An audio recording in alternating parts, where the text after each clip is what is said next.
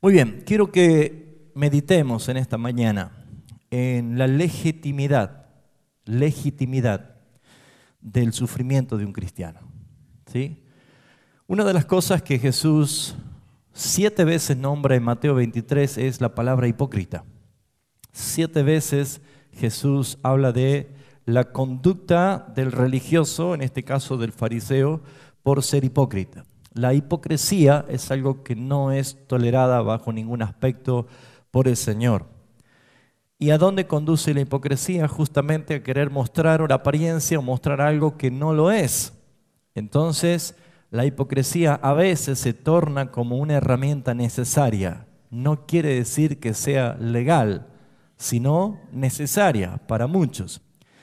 Y también culturalmente la hipocresía se ha establecido en muchos lugares porque, por ejemplo, nosotros los que somos latinoamericanos estamos acostumbrados a usar la hipocresía para un saludo. ¿Cómo está usted? Muy bien. Cuando en realidad no estoy para nada bien.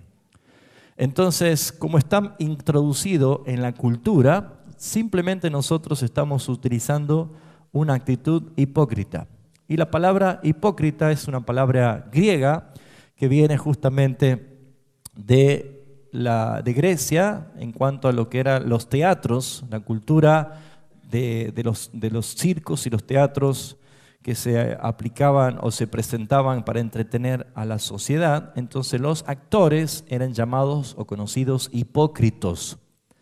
Y eso hace referencia a que ellos usaban máscaras, ¿sí? Solamente tenían 2 máscaras, la máscara de la risa y la máscara de la tristeza. Entonces cada vez que ellos hacían una actuación, de acuerdo al estado de ánimo, ponían sus máscaras y así actuaban. Entonces cuando uno dice hipócrita, en realidad lo que está hablando diciendo es un buen actor, ¿sí? Está actuando muy bien, ¿eh?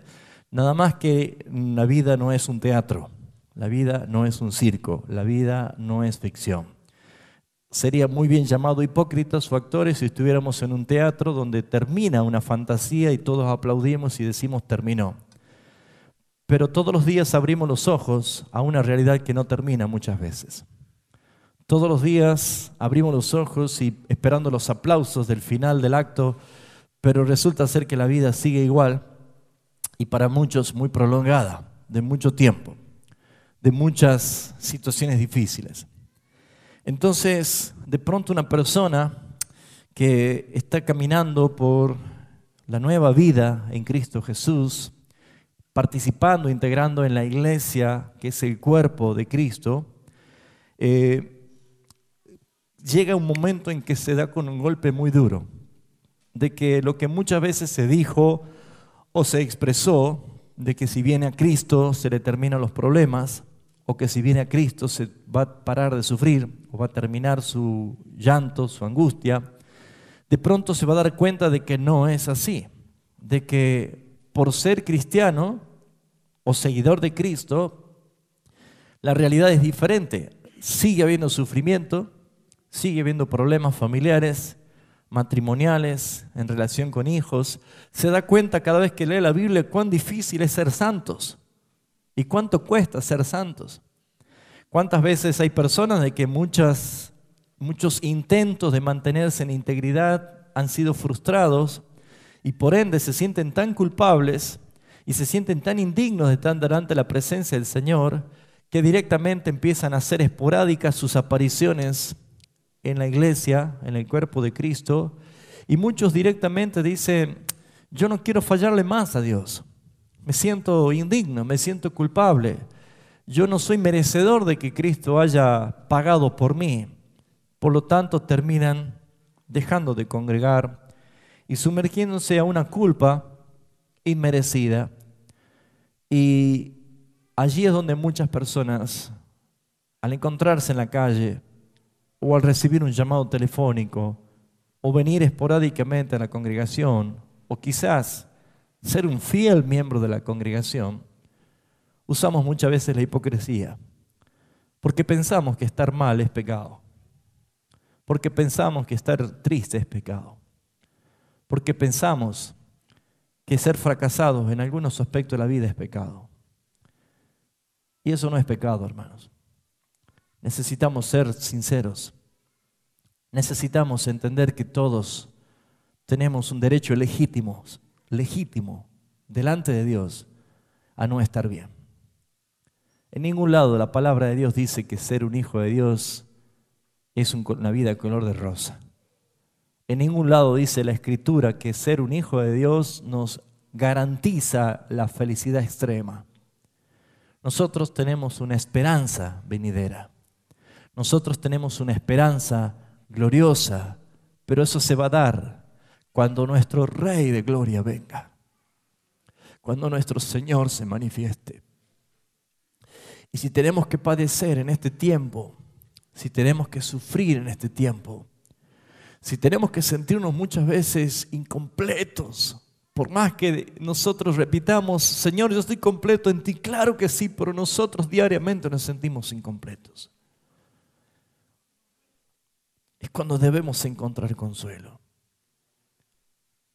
Y quiero garantizar o avalar esta enseñanza no como un capricho ni un invento mío, sino que existe la expresión de un rey, el rey David. Y si bien podríamos poner al rey David como el ganador de todas las cosas que aparecen en la Biblia, como el rey más triunfante, el rey más exitoso, y por algo la Biblia dice que el rey David es una persona que en verdad ha sobresalido como aquel que estaba profetizado, aquel que estaba direccionado en el decreto de Dios para ser nada más y nada menos que del linaje de David, que Jesucristo nuestro Señor sea manifestado. Y probablemente nosotros hablamos de cómo David venció a Goliat, cómo David venció a los filisteos, cómo David venció permanentemente a todos los enemigos, y los 40 años de reinado jamás tuvo una derrota, y uno puede decir, ¡qué hombre como David! Pero ustedes saben que la mayoría de los salmos, de los 150 salmos, la mayoría de los salmos son lamentos de David. Son lamentos de un rey que sufre. Son lamentos de un rey que hasta se hace preguntas peligrosas delante de Dios diciendo, ¿hasta cuándo, Señor, no me oirás? ¿Usted se puso a meditar alguna vez? Lo que pasa es que cuando vemos salmos que únicamente hablan de victoria para que nos alienten. Pero ¿cómo podemos nosotros alentarnos con la desgracia de un hombre? ¿Cómo nosotros podemos meditar y fortalecernos en el dolor, en la desesperanza? Si hasta cambiamos de canales cada vez que escuchamos ya sobreabundantes malas noticias y decimos, ¿para qué escuchar más malas noticias? Nunca una persona que está mal contagia con alegría a otro que no lo está tanto. Por lo general, alguien que está mal siempre busca a alguien que lo saque del pozo. Pero es tan glorioso nuestro Dios que Él puso escrituras reveladas y que usted la tiene en su mano. Y aunque pareciera que no hay ningún camino, ninguna alternativa de esperanza, de solución, Dios utiliza su palabra para guiarnos a la esperanza venidera. Muchos salmos, le voy a dar esa tarea que usted lea los salmos, son 150 salmos.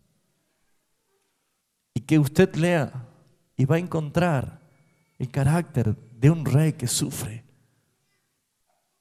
de un rey que clama. Pero quiero en esta mañana resaltar uno de los 150 salmos que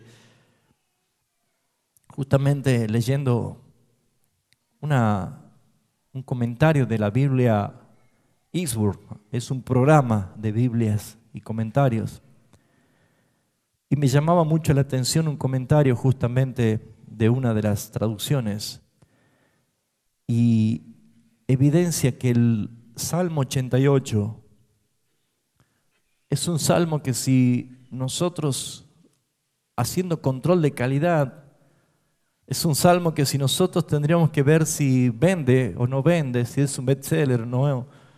Es un salmo que podríamos decir, y si lo sacamos a este capítulo 88, porque no tiene nada lindo. Es más, ¿cuál es la última palabra que termina el Salmo 88, el versículo 18? ¿Cuál es la última palabra? Tinieblas. Todos los otros salmos de David han expresado momentos difíciles, agonías, angustias, tribulaciones, pero sin embargo termina con palabras de esperanza. Mas yo esperaré en Jehová. Oh alma mía, no te abatas, espera en el Señor. Siempre los otros salmos terminan mostrando una luz en el túnel. Pero este salmo termina con tinieblas, no con luz.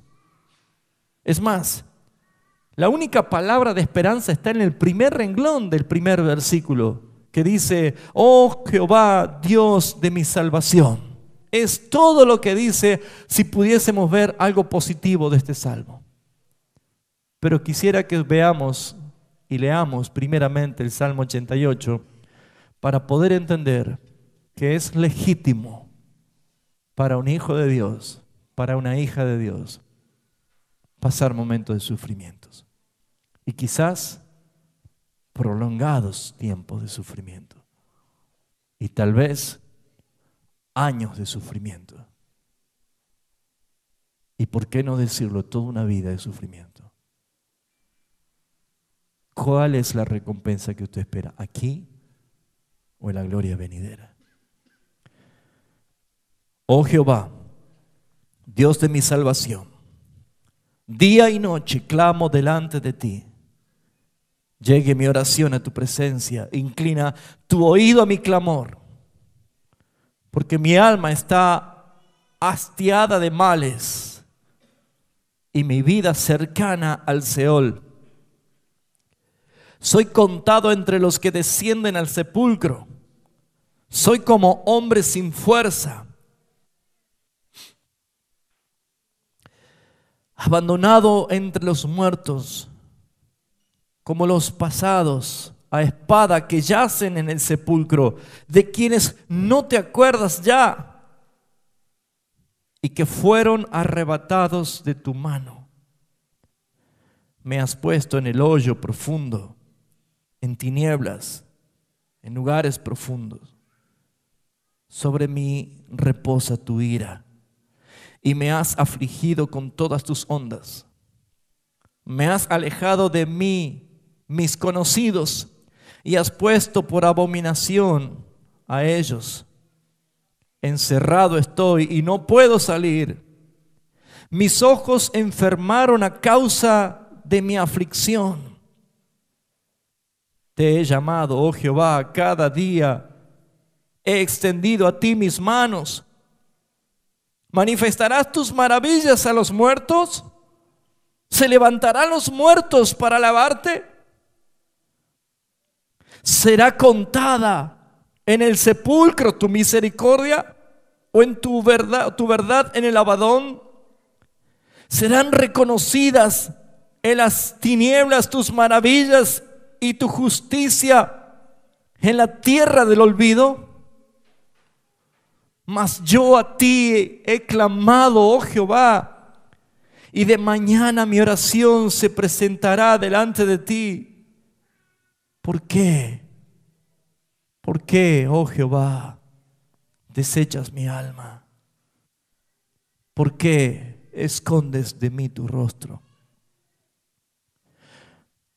Yo estoy afligido y menesteroso desde la juventud.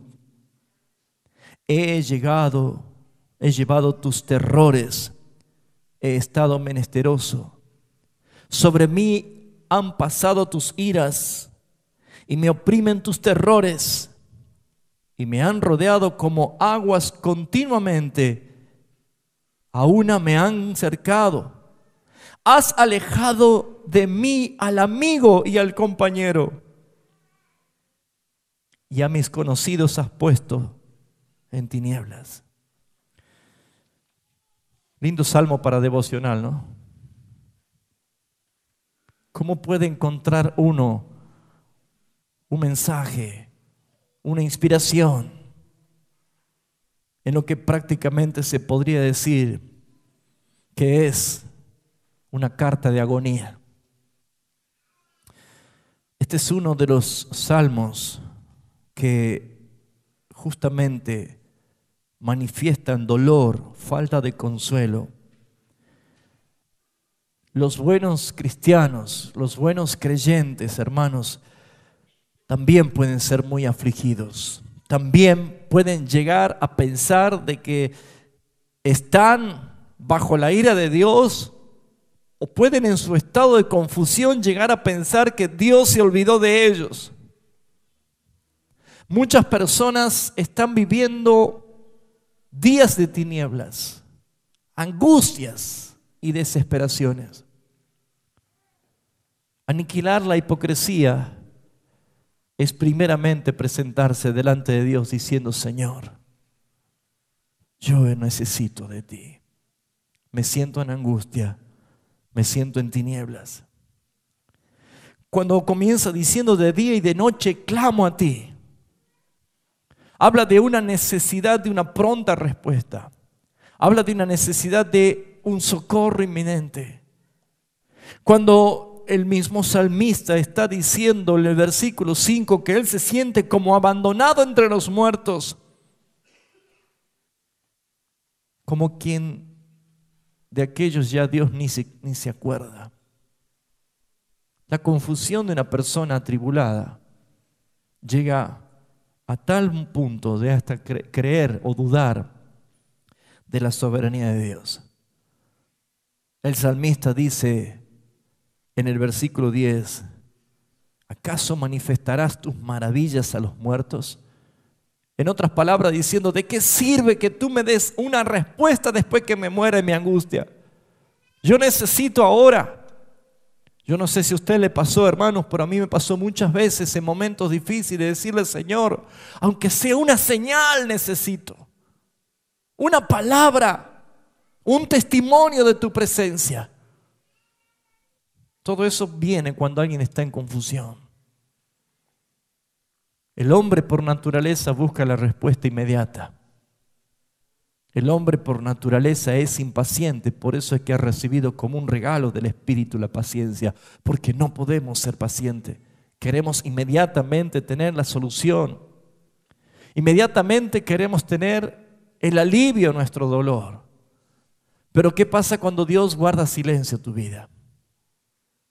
¿Qué pasa cuando sientes que lo que habías pensado o habías imaginado o lo que vos llamabas tu fe empieza a desmoronarse? Porque a veces creemos que es la fe de Dios la que nosotros hemos edificado nuestro futuro, pero probablemente sea nuestra propia imaginación o la fe a nuestra manera. Pero empezamos a ver que las cosas se derrumban, que se está destruyendo los sueños que uno tenía. Probablemente personas empiecen a dudar si son salvos o no son salvos, porque dicen: no puede ser que yo no reciba una bendición. Todos los días tengo que padecer angustias, sufrimientos, necesidades. Estoy cansado.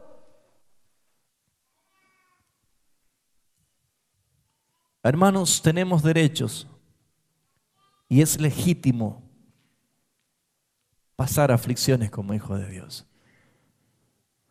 Los amigos de Job culpaban a Job y pensaban que la calamidad de Job era a causa de algún pecado, que Dios lo estaba castigando. No es el primero en que estaba experimentando esto el salmista, sino que también Job estaba experimentando de tal manera que muy parecido a lo que dice el versículo 9: te he llamado, oh Jehová, cada día y he extendido a ti mis manos. Job también lo dijo en el capítulo 30 de su libro, versículo 20. Job 30, 20 dice así la escritura. Vamos a leer desde el 16.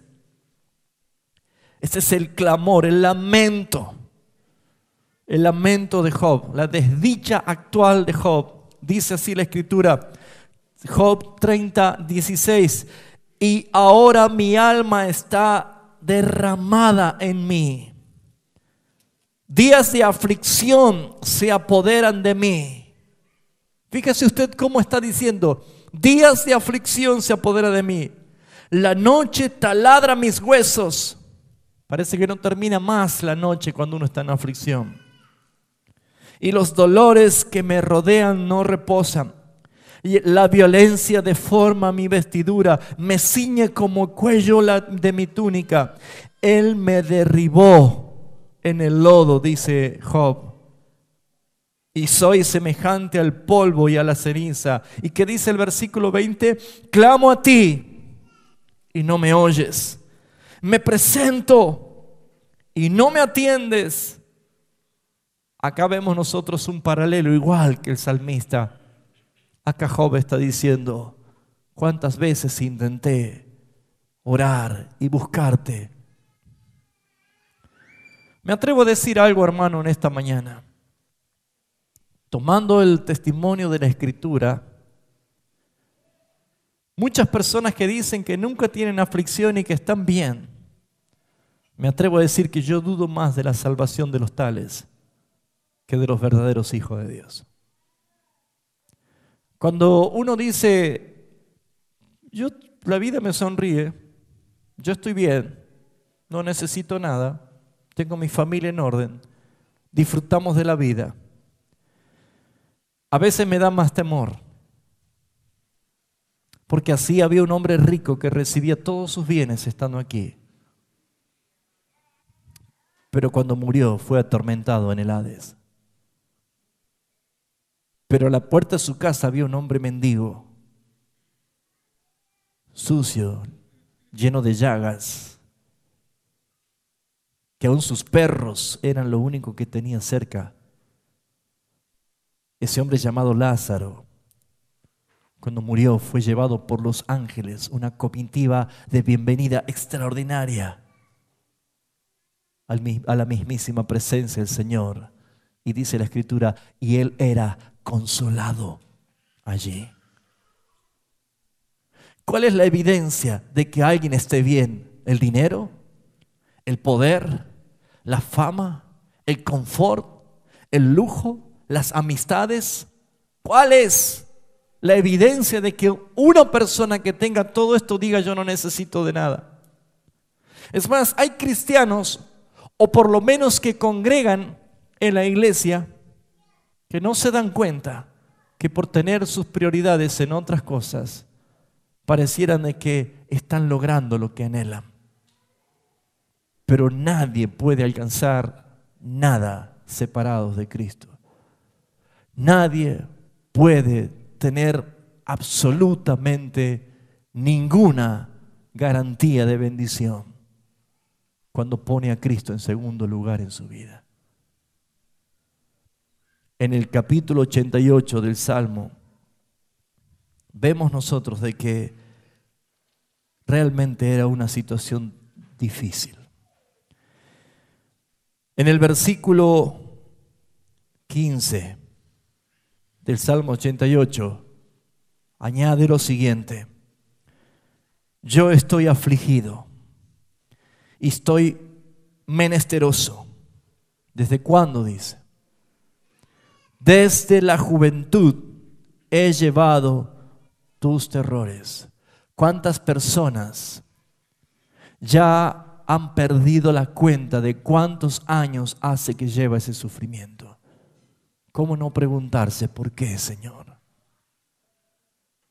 ¿Cómo no preguntarse muchas veces en ese momento de dolor, o cuando ya está cansado, porque no era algo temporal, no era una tribulación momentánea, era verdaderamente un dolor de años? Hay personas que tienen dolores matrimoniales de años, con sus hijos de años, aún con su propia imagen, con su propia identidad,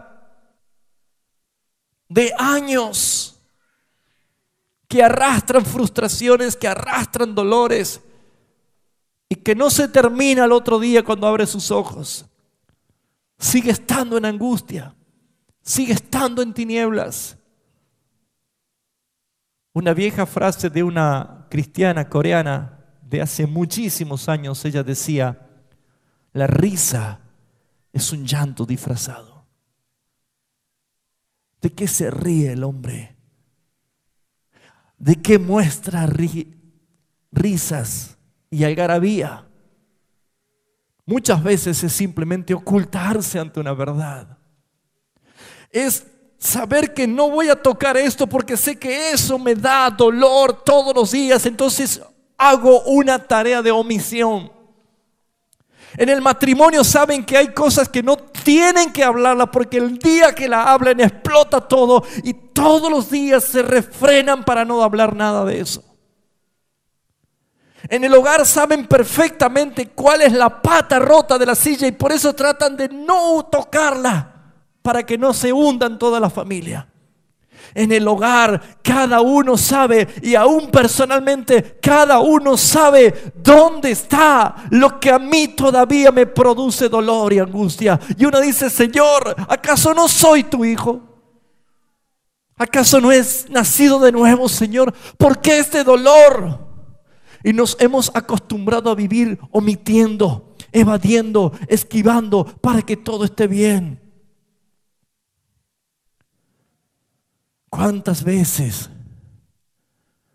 dormimos y despertamos y el problema sigue estando allí? ¿Cuántas veces queremos adornarlo con florcita y con globos al problema que está allí y no hay solución?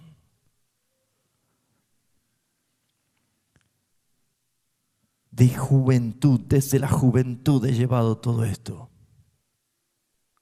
El salmista llega a decir: sobre mí ha pasado tus iras. ¿Ustedes se animan a encontrar algo que nos ponga bien arriba con este salmo? ¿Cómo podemos encontrar en un salmo, el único salmo que termina en calamidad, en lamento, en depresión? Como cuando un niño se va a dormir llorando y se duerme sollozando y nunca se supo cuándo se durmió. ¿Cuántas personas están así?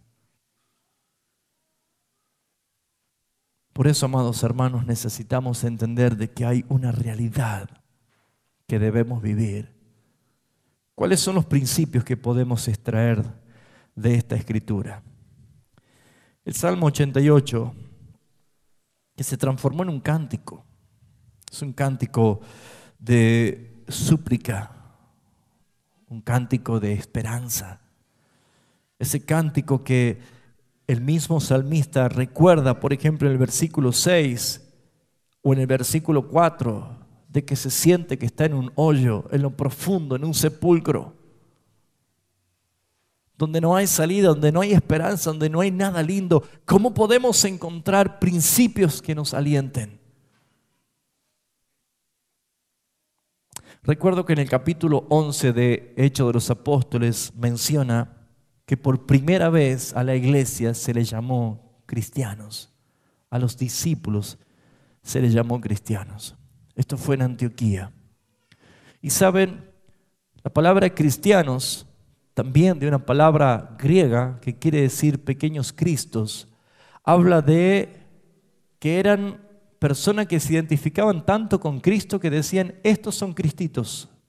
Eso quiere decir cristianos. Pero es curioso notar que Jesús jamás llamó a ninguno de sus discípulos cristianos, sino que Él los llamó discípulos. Y las palabras no son inocentes. El cristianismo hoy es conocido como una de las religiones más grandes del mundo, incluyendo romanos y protestantes. Pero me pregunto yo, ¿la mayoría del cristianismo o lo que practica la religión cristiana son verdaderos imitadores de Cristo? ¿Reflejan a Cristo como tiene que ser? Absolutamente no. Por lo tanto, creo que hemos perdido la identidad de discípulos y hemos apresurado a llamarnos cristianos, cuando el carácter de un discípulo, un matetes, una persona que es alumno, aprendiz, es una persona que sabe reconocer que en todo tiempo necesita la ayuda de su maestro. Una iglesia jamás debe perder el concepto de que somos discípulos y que necesitamos ser enseñados. Y por eso Dios ha levantado maestros en su iglesia para enseñar, para formar, para corregir. Una iglesia debe tener siempre una conducta de discípulo, porque entonces es cuando es corregido. Todos ustedes en algún momento fueron a la escuela o a la facultad, y seguramente ustedes, por más que hayan deducido o aprendido algo, ustedes siempre estuvieron bajo el consejo de un maestro que les instruyó. Esa realidad solamente se da en aquellos que pueden confiar en el Señor y pueden ser aprendices de Cristo y pueden poner su mirada en Cristo, porque si nosotros vemos el capítulo 88 de este salmo, como cristianos probablemente digamos: pobre infeliz ese rey, pobre hombre, cómo sufrió. Inmediatamente se puede apoderar de nosotros la soberbia, la autosuficiencia, y decir: yo solo puedo. Pero cuando alguien tiene el carácter de discípulo, lo que hace cuando está en error, cuando sabe que está fallando, cuando sabe que no está sabiendo, ¿sabe qué hace? Busca a su maestro. Pone la mirada en su maestro. Y por algo hay un versículo que usted lo conoce muy bien en Hebreos 12:2, cuando dice: puesto los ojos en Jesús, el autor y consumador de la fe.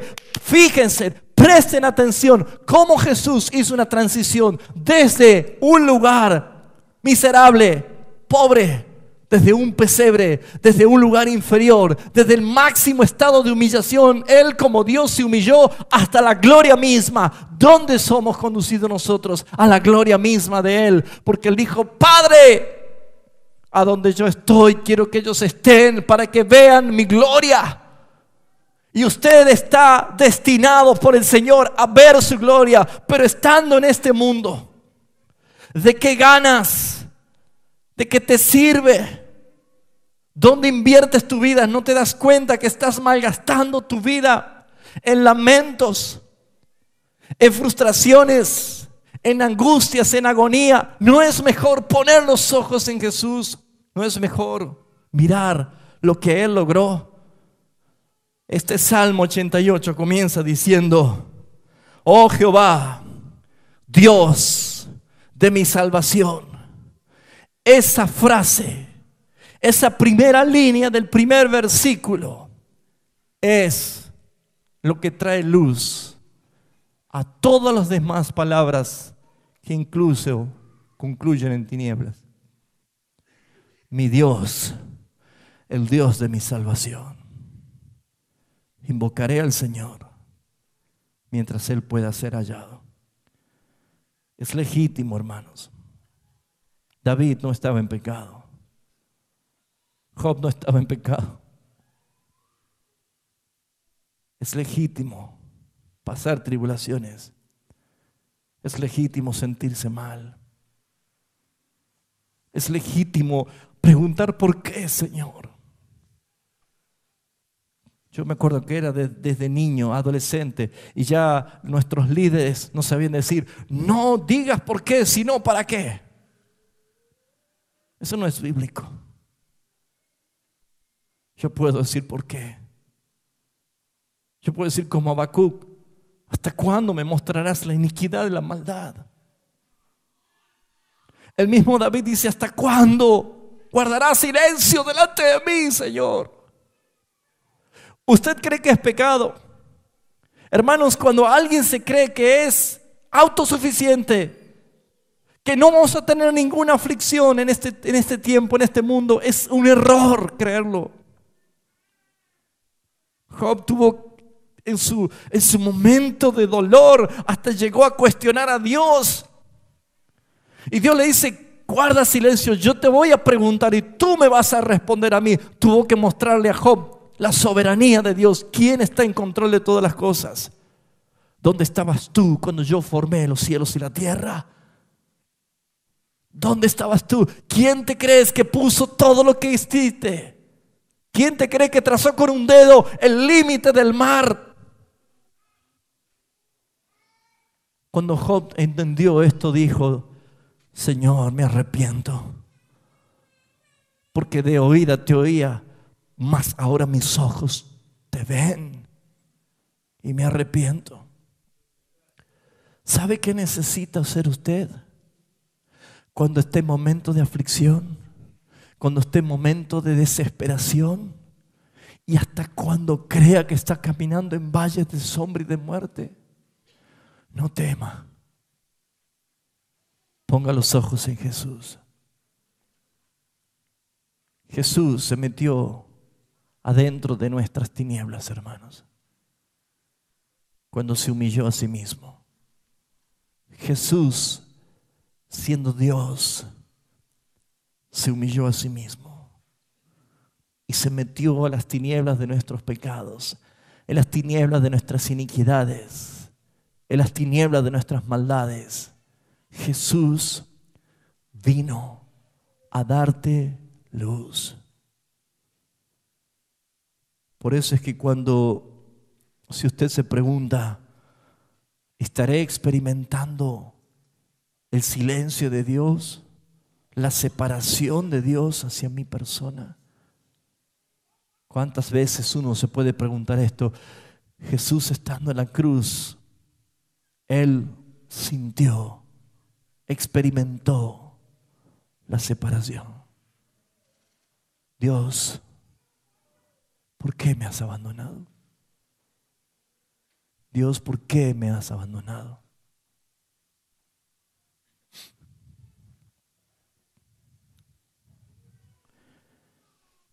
Cuando uno ve esta realidad, se dice, ¿cómo podemos hacer? En el Salmo 88 no tenemos mucha esperanza, termina en tinieblas, pero su palabra no termina en tinieblas, su palabra termina en esperanza. Quiero decirte, amado hermano, amado amigo, de que desde el tiempo está pasando, desde que Cristo ascendió y se sentó a la diestra del Padre, Él no ha dejado de interceder por nosotros.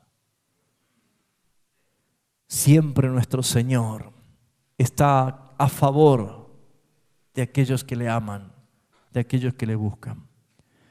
Y la Escritura nos lleva a ver esa luz. Acompáñenme a Juan, capítulo 1.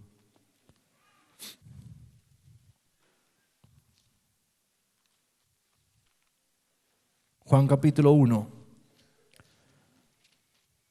dice la palabra de Dios, y aquí encontramos la luz del capítulo 88.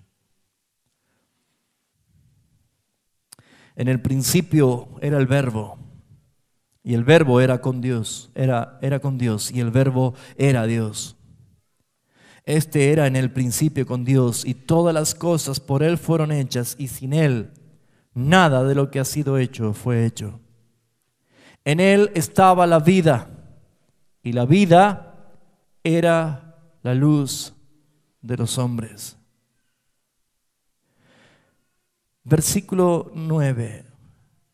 Aquella luz verdadera que alumbra a todo hombre venía a este mundo. Y en el mundo estaba, y el mundo por Él fue hecho, pero el mundo no le conoció.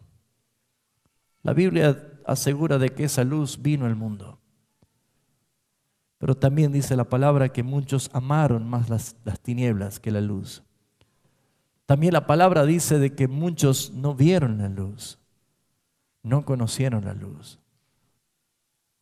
Pero si la luz del Señor resplandeció en tus ojos, si la luz del Señor te iluminó los ojos de tu entendimiento, gózate, hermano, porque por más que tu sufrimiento, tu dolor sea grande, ¿hasta cuándo, Señor, oraré y me presentaré delante de ti? Clamo por mi familia, clamo por mi esposa, clamo por mi esposo, clamo por mis hijos, Señor, y todavía no le has dado salvación. ¿Hasta cuándo, Señor? hasta que aquella luz verdadera ilumine los ojos, usted tenga fe y siga hablando del Señor. Concluye diciendo: a los suyos vino y los suyos no le recibieron, mas a todos los que le recibieron, los que creen en su nombre, les dio potestad de ser hechos hijos de Dios, los cuales no son engendrados de sangre, ni de voluntad de carne, ni de voluntad de varón, sino de Dios. Y aquel Verbo fue hecho carne y habitó entre nosotros, y vimos su gloria, gloria como del unigénito del Padre, lleno de gracia y lleno de verdad. Este Dios que vino en forma de siervo es el que pone la esperanza en el capítulo 88. Si usted está en este tiempo aferrado a que su religión le va a traer esperanza, le va a traer paz, es difícil. Si usted está mirando a Jesús, si usted pone su esperanza en aquel que te salvó, entonces las cosas pueden cambiar. Amados hermanos, cierre sus ojos por un momento.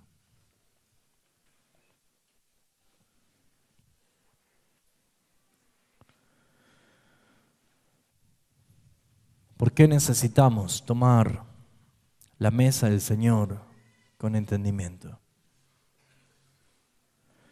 Creo que el sábado pasado el Señor nos habló muy bien acerca de tener cuidado con la apostasía, de hacer cosas que pensamos que no están mal. Y si muchos estaban poniendo su mirada en la liberación del Gadareno, Jesús tenía puesta su mirada en los cerdos, porque la tierra de Manasés, un pueblo que estaba en pacto de redención, había ignorado su palabra. Hoy el Señor nos está hablando de la manera similar. Hoy el Señor te está diciendo esto: que Él siempre te conoció, que Él siempre escuchó tus oraciones. Nada podemos hacer sin que el Señor no lo sepa. Pero lo que sí podemos entender, amados hermanos, es que si nos tocó sufrir, o si te toca sufrir, o si ya vienes de años con un sufrimiento así, no pierda la esperanza. Aprendimos hace un tiempo que si el Señor desea quitarte ese sufrimiento, Dios sea glorificado. Pero si Él dice que no, que es suficiente con su gracia que Él te ha dado, si es su amor todo lo que necesitabas, ¿qué vas a hacer? ¿Vas a renunciar? ¿Vas a dejar de lado?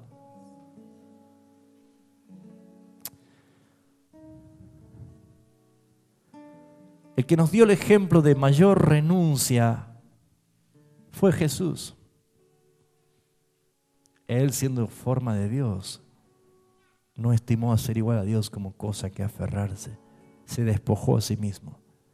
Él vino para cumplir un propósito. ¿Se acuerdan cuando Jesús entró a Capernaum, la ciudad de Pedro? Donde Pedro vivía, donde Pedro fue llamado. Vinieron los cobradores de impuestos del templo, no eran de los romanos, era del templo, porque por ley los mayores de 20 años tenían que pagar un impuesto anual para el mantenimiento del templo y del oficio sacerdotal. Y le preguntaron a Pedro: ¿tu maestro no paga impuesto? Y Pedro inmediatamente dijo: sí paga. Pero cuando Jesús entró a la casa de Simón, dice la Escritura, se apresuró y le dijo: Simón, te hago una pregunta. ¿Los reyes cobran impuestos ¿A los que son extranjeros o a los que son suyos? A los extranjeros, dijo Pedro. ¿Quiere decir que los que son hijos del reino están exentos? Claro. Bueno, para que ellos no se ofendan, para que ellos no se pongan mal, vete al río, echa el anzuelo y vas a sacar un pez. Abre la boca al pez y vas a encontrar 2 monedas. Paga para ti y para mí. ¿Qué le estaba mostrando Jesús allí? Si Él era el rey, si Él era el rey, y si Pedro era un hijo del rey, ¿tenían que pagar? Pero Jesús resignó a su derecho con tal de que ellos no sean perturbados en lo que estaban haciendo. Amados, ¿cuántas veces nosotros hemos callado, hemos renunciado a nuestros derechos para que otro pueda encontrar la respuesta? Eso también te llevó muchas veces a padecer. Yo te invito en el nombre de Jesús en esta mañana que pongas tu mirada en Él. Cuando no sabes cómo va tu barco, entrégale el timón a Jesucristo. Cuando no sabes en qué llegará tu familia, entrégale el gobierno de tu familia a Cristo. Cuando no hay esperanza, cuando ves todo mal, no acudas a la hipocresía, sino gózate, porque la palabra dice que aquel que comenzó su buena obra será fiel en perfeccionarla. Dile a tu hermano: mira, hermano, todavía el Señor no terminó conmigo, aún me falta, pero Él está obrando en mí. Y sé que cuando Él concluya su obra en mí, será algo glorioso. Cierra tus ojos, alaba al Señor. Y aún en tu dolor, en tu lícito y legal aflicción y dolor, porque no es por causa de pecado. Las pruebas y las aflicciones nos ayudan a bien. Purifica y saca lo mejor de nosotros. Padre, quiero darte gracias. Gracias, Señor. Tu presencia es más hermosa que cualquier cosa, Señor. Señor, solamente queremos estar contigo todo el tiempo, dándote a ti, Señor, tantas cosas que tú nos das a nosotros, alabándote, admirándote, Señor. Oh, santo es tu nombre, Señor. Gracias, Padre. Gracias, Señor. Cuántas palabras nos alientan a seguir. Cuántas verdades encontramos en tu palabra, Señor. Oh, santo, santo eres tú, Señor.